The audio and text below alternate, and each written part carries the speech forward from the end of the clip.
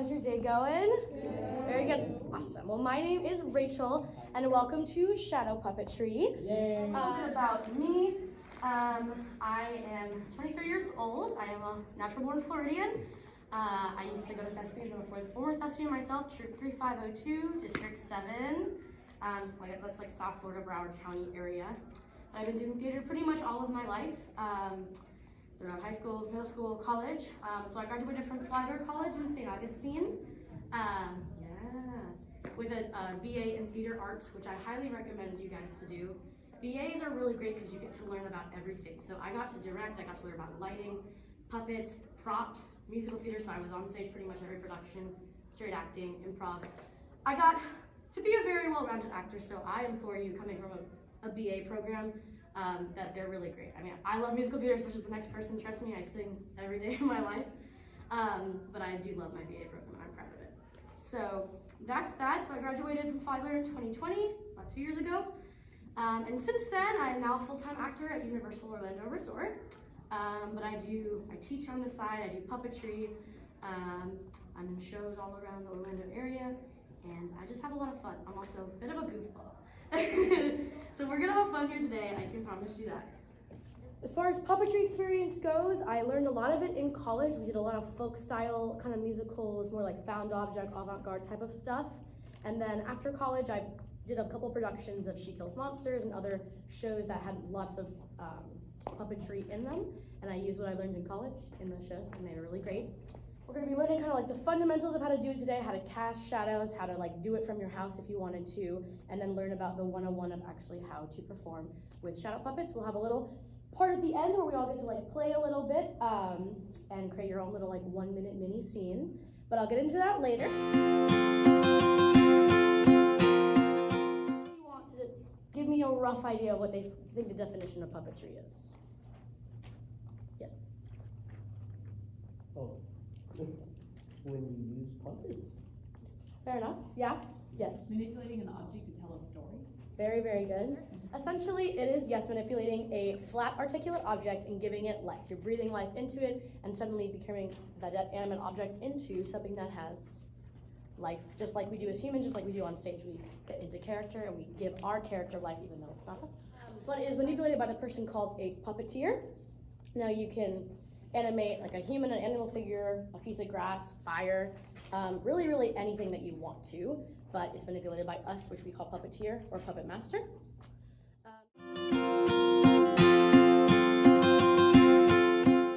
So like I said, so there's ventriloquy. Anyone know what that is? Yeah. When you use a puppet and you're speaking as the puppet, but you don't move your lips. Close, yes.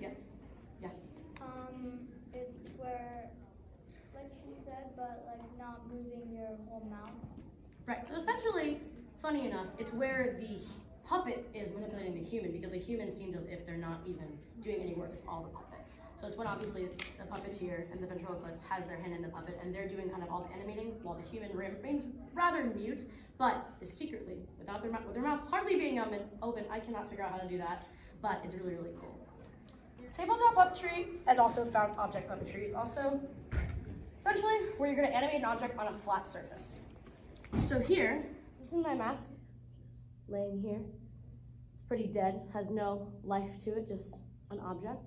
So what I'm going to do is only stay on the surface of this table and find the nose of the puppet. So I'm just going to kind of maneuver it to how I think, where it's looking, where I think I want to follow it. So that kind of. So as a puppeteer, we want to identify first the nose of the puppet, which means where the puppet is looking. So me and the puppet should be looking in the same place. So anytime it moves, we're kind of in the same place. And now that I have identified the nose, we're going to give it life. So it's got these little kind of oxygen things here. I feel like it's going to maybe start breathing this way.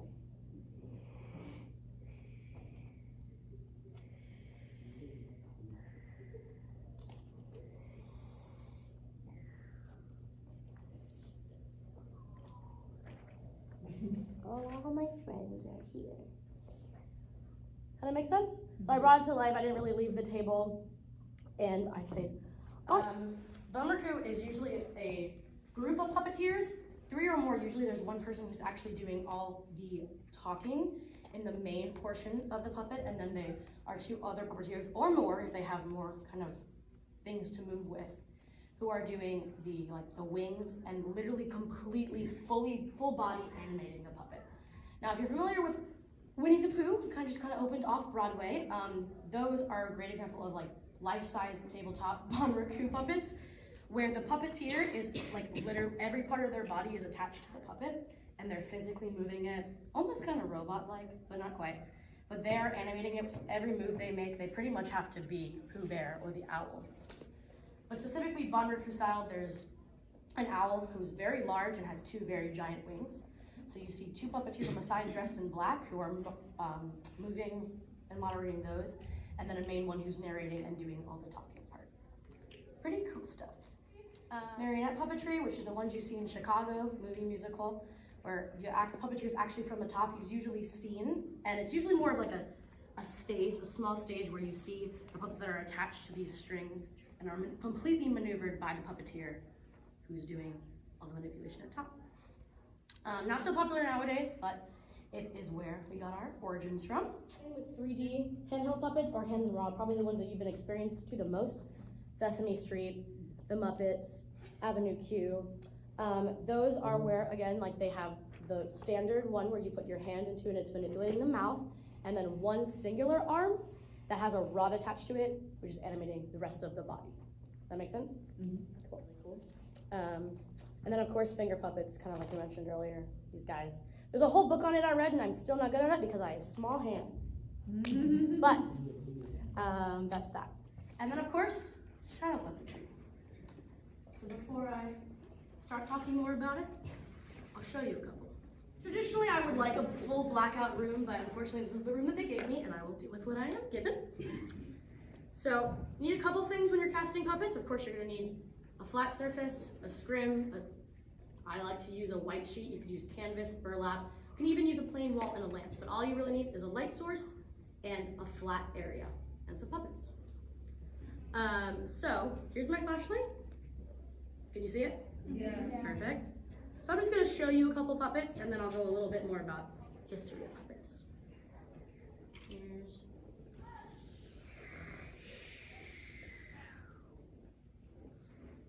Here's one. Here's a car.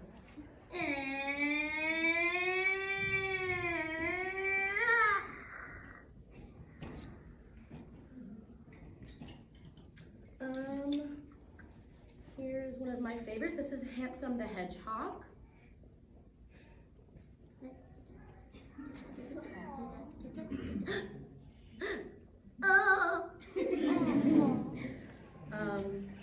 Here's my friendly guy, the zombie.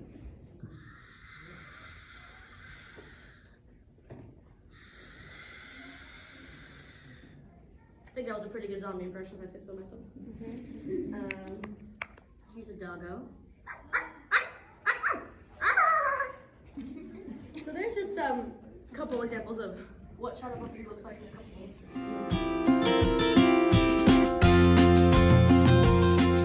So why do people use puppetry? Any guesses? Yeah. Like to tell a story without like being I guess basic. I guess I don't know like Yeah, a different way of storytelling that isn't traditional like actors on stage.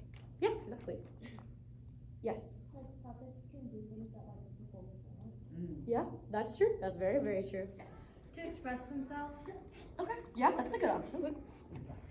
Well, adding on to what she said, like to express themselves, but like not like in a different form of acting, like through like not being shown, but expressing it through like your noise and how you interpret the puppet and the character. I love that. I think that's great. Yes.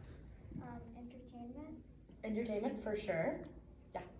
To tell a story. Perfect. Yeah, those are great definitions. Kind of like compiling them all into one. Puppetry is an intricate way of storytelling and entertainment that provides the audience with a visual spectacle as well as overall spectacle of what traditional theater normally is. Actors acting on stage. Actors or puppeteers are usually behind the screen, but sometimes, and depending on the type of puppetry, they are physically seen on stage, but they're usually dressed in black, like I am, like we are. But it adds spectacle to the show, and I think it's a really detailed and articulate way of storytelling. There's a form of artistry that comes with puppetry because they're so detailed in the way that they're made. I personally hand make all my puppets, all the ones that you'll use today are made by me. Some of them aren't made by the puppeteers who use them, but they're essentially, if you're an artist, if you like to draw and stuff like that, this is a great way. You can create anything out of a piece of plastic cardboard or black cardstock, and I think that's a great way of that us for telling the story because I'm making something so individual to me and something so special.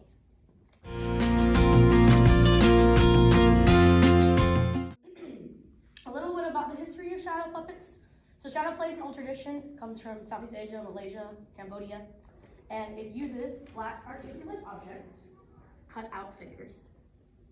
As such, shadow puppets, a source of light, meaning my flashlight, a translucent screen, an overhead projector, the ones you see in math class that your math teacher uses. Actually, we can use those to portray puppets and use it as like a really large overhead projection. This is a show where we use that. And then by adding things like gels, translucent colors, I'm sure you all have seen what this is. You see them at your light fixtures at school or productions. If you look up all those light fixtures you see, they usually have colors in them like this. These are called gels that add to the mood of the show. There's sometimes things called gobos in them that add circling figures and stuff like that. But this can add to my puppetry because it's gonna also add, again, color. But the job of the puppeteer is to accurately give each shadow weight, personality, and movement. And in doing so, we as puppeteers can control how they nod, how they talk, what vocal sounds they make, how they run, how they're feeling, and pretty much everything in between.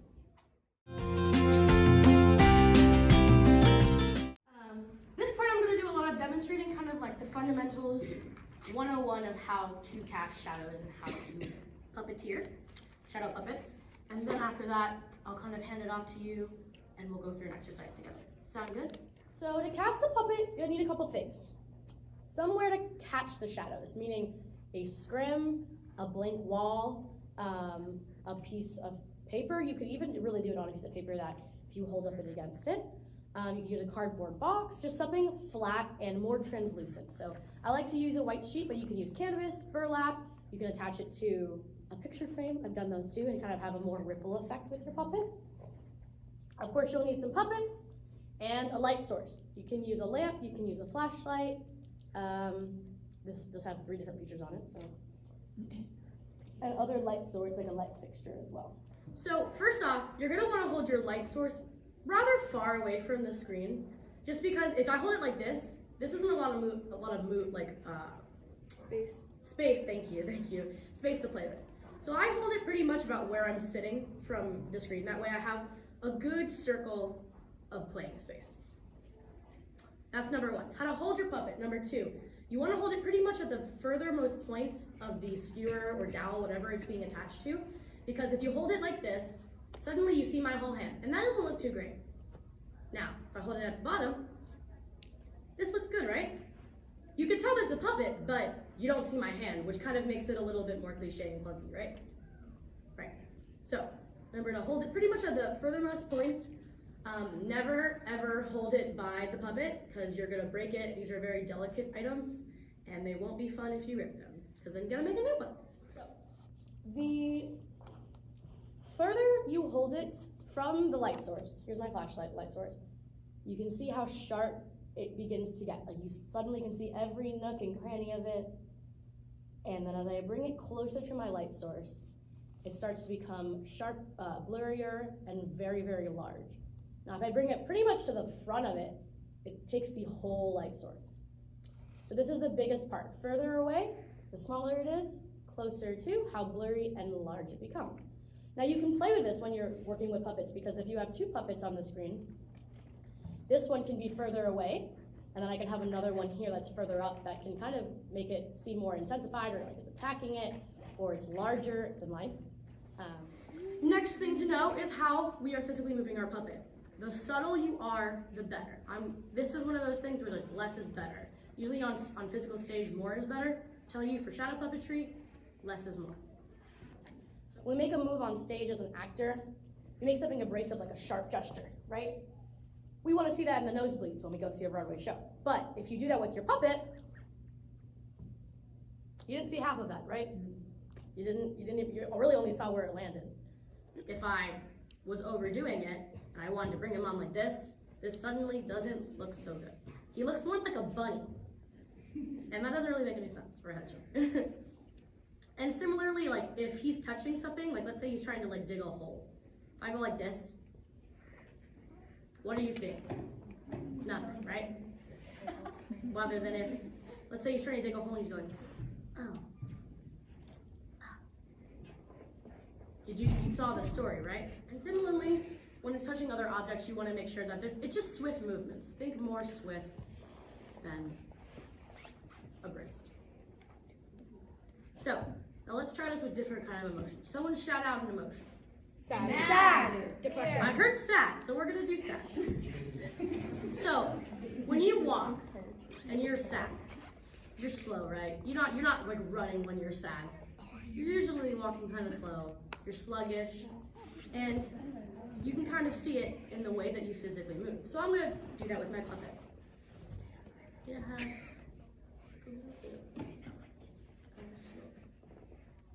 Oh, it's been such a long day. I really just wanted to see my friends today, but I guess that's not what's gonna happen. So I'll just keep on with my day. Right. Sad, right? Now, if I wanted to show him being like scared, like he's running away from something, let's see what happens. I'm gonna bring him on. He's gonna have his hop. He's having a nice day. Oh, what a nice day. Oh, what a nice... What was that? Oh, what was that? Oh, wait, no, I'm gonna go back to my house. Wait. Oh, it was just a rabbit. Oh. But, so I'm not sure if you could see what I was doing here, but I was really only slightly, just very lightly, making him shake. Now, if I made him shake like this, it's funny, but what did you get from that? Nothing. Laughter. Right. So I was being subtle. So the subtle, the better. Good. There's also, of course, the weight and personality of our puppets, right? So this is my favorite guy to use, Handsome the Hedgehog. And I love him because he's very cute. And he can emote a lot of different things. So as I'm holding him, I feel Handsome is he's a light touch when he walks. He just bounces around. Now, in difference, my little guy over here probably walks with more of a thud. He's scared, right? He's probably heavy. He probably has ate a couple of people that day. So when he walks, it might be more of like a thump, thump, thump. You know? So you can really play with the character of your puppet and how you want it to emote, but you also want to recognize what it's feeling in those moments. So you get a new character in a show, you do all this characterization work, right? Given circumstances, all that jazz, you're figuring out exactly how the character moves, walks, talks, feels its relationships to other things. Same thing with this puppet. You're doing the same thing. You can even animate it, you can make it talk, but figure out, is it light? Does it walk with like a trunch? Does it kind of bounce more when it walks? Is it fluid like a snake, you know? All these things you can explore and discover. But you have to play with it first. The last thing is you're gonna be put into groups where most people are going to have people who are puppeteering and then people holding the flashlight and doing more light stuff. So when you're doing so, you wanna make sure that you have like breath and focus with your puppeteer. Now imagine that I'm not holding this, but if I was not, and this is somebody else, let's say we're moving together. To start our fluid moment, I'm gonna take a breath, and that's our initiation to start moving with our puppets. Now, if I don't do that, or if we're not on the right footing, suddenly what's gonna happen is like, and suddenly the puppet goes out of the whack, you don't see what's happening, and the story is lost. So, breath and focus with your other puppeteers and with yourself are very, very important. Last thing last, the last thing that you can add to your scenes, of course, besides vocalization, character, and movement, is our handy dandy gels. These are the things you see in light fixtures, right? They add color to your stage. Sometimes they have a gobo in it where it has like a circling cool design in it. But as soon as I put this over my light, suddenly the mood of what I'm seeing completely changed, right? Now you can hold it a couple of different ways. You can just hold it right over. Sometimes you can mix gels, which is really fun. So if I hold these two kind of overlapping, I'll get a different color. Or I could start with one and go to the other, which is cool. Now you'll want to hold it either kind of outline this, or like I said, you can hold it right over like this as well. But let's see how the gel affects the mood of which my puppets are playing.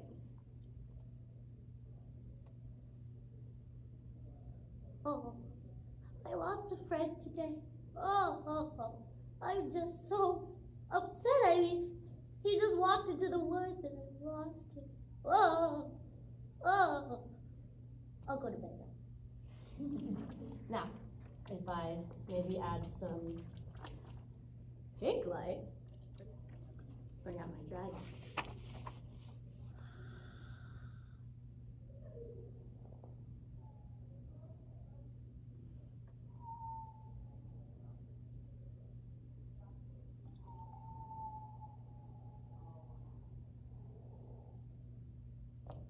Now, what did you feel in that? Mystical. Taylor? I said like it was like mystical and like Right. enchanted and stuff.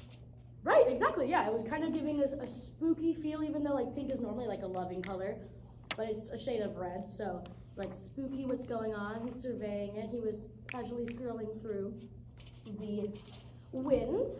But yeah, good job. So do we So before I hand this off to you, you're all excited, I can tell. Things to think about when you're giving live puppet. Tell me. Less is more. Less is more. Good. Yes. Voice. Voice, characterization, orally talking. Yes. Expressing the character's feelings. Yep. Emoting. Characterization. Exactly. Working together. Working together. I love that. Yes. The way the character moves and how it reacts in certain Perfect. situations. Movement, timing, rhythm. Using the gel. Using the jump. Perfect. Setting the right tone. Exactly. You guys are like my best one. This is like my last workshop and the best one I've had so far. Perfect. Yeah, so you pretty much hit everything on my list. Besides focus, remember the focus of the puppet. Where is your puppet looking? And what is you and the puppet's focus? They should be the same. And then resources that can help you tell the story with your puppets. Gels, narration, proximity. Proximity is pretty much how far or close you're holding the puppet to the actual fixture. And of course the distance between also the puppets in general for what they're doing. I want you to create a 1-minute scene with a beginning, middle, and end.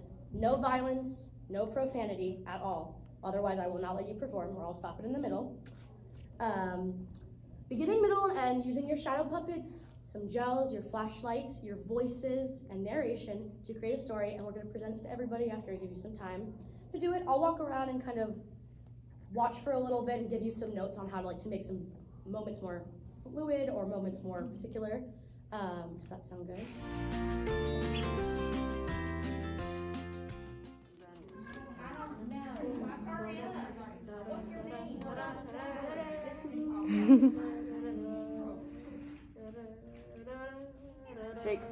Shake the water. And then water goes down with the dog. I don't understand how things like you can be so slow. Are you, I remember reading about it some. Good. Harry, Ron, do you actually know how to fly this thing? Of course I do. My father taught me. Mm-hmm. No, I was late. Harry, I think we're stuck. Oh, really, you think? Let's start in the savannah. Let's start with the dinosaur's prey, the hyena.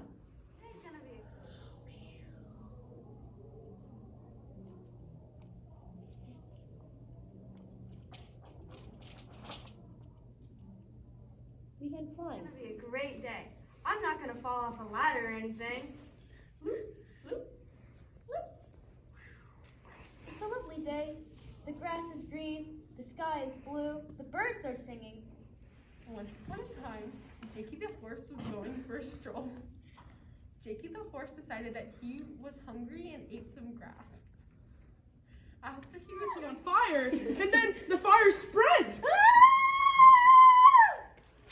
But then everything turned blue, and the boy got sucked in a wormhole. Boink, boink, boink. Yay! Hank loved his tree so much that he visited it every day. Until one day, We can go to the moon. But what they didn't know is that trees also grew on the moon.